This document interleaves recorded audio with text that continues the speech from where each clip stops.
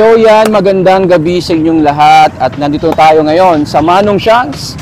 It's our third time na pumunta ngayon dito sa Manong Shanks at syempre kaya tayo nandito ngayon is para itry natin hindi lang yung pagkain kundi yung bagong place nila, yung second floor, nakita yung second floor.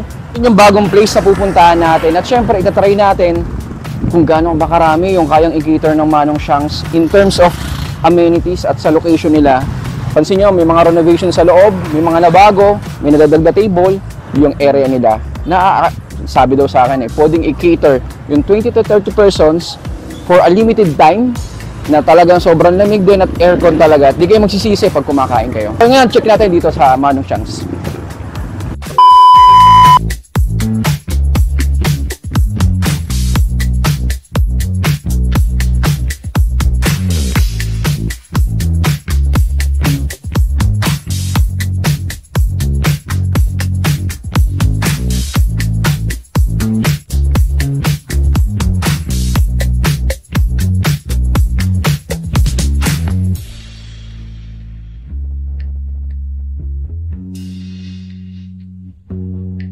So yun, magandang gabi at nandito tayo ngayon sa Manong Shanks. Nakita niyo yung aking background. Napakaganda ng bagong features ng Manong Shanks. At syempre, this is the second floor. At napapansin nyo naman, this second floor is sobrang tahimik ngayon.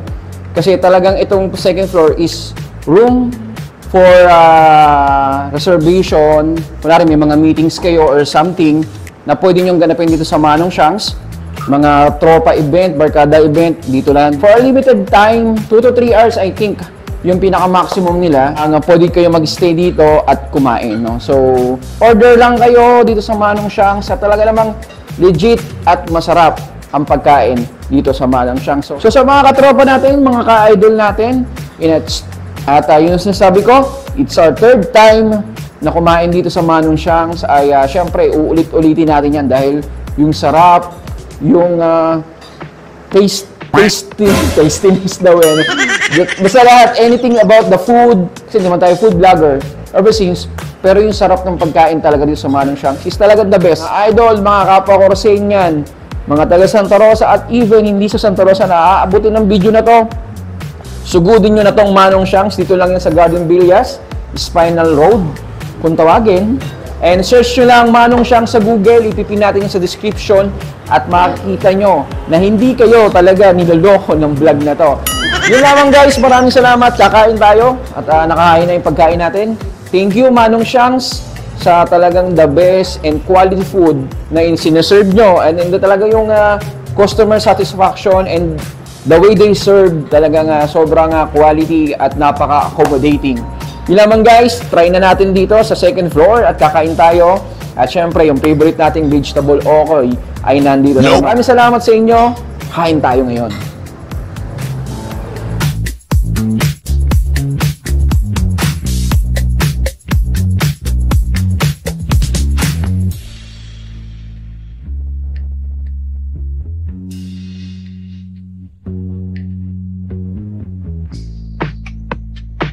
So, kakain tayo ngayon ng vegetable okoy. So, ito yung kanina sinasabi ng aking bunsong babae. So, vegetable okoy.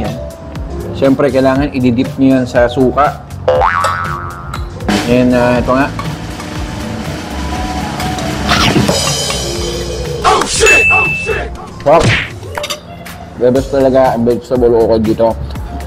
Ano nyo ba, sa murang halaga lang, 75 pesos. Meron na kayo isang malaking plate ng vegetable okoy na talagang hindi nyo mapapansin na okoy, gulay pala yung laman nito.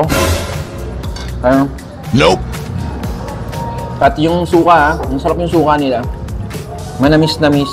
So perfect talaga tong suka sa naka-partner ng vegetable okoy na to. Ang mga barbecue nila malambot. So yung pakakaluto, hindi siya ganun ka tigas, no, pag kinakain. So tulad nito malambot.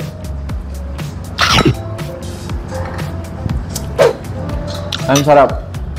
Talagang quality at sobrang sarap dito sa Manong Shanks. And must try, puntahan nyo na dito sa Manong Shanks. So yan ang aking anak. Kamusta naman ang masasabi mo dito sa vegetable okoy? Parang hindi po siya gulay. At sarap po talaga, tas favorite ko na po to dito sa Manong Siyang. Yes! Yung pagkain mo dyan, Kuya Zeus? Okay lang po. Sarap ba? Yes po.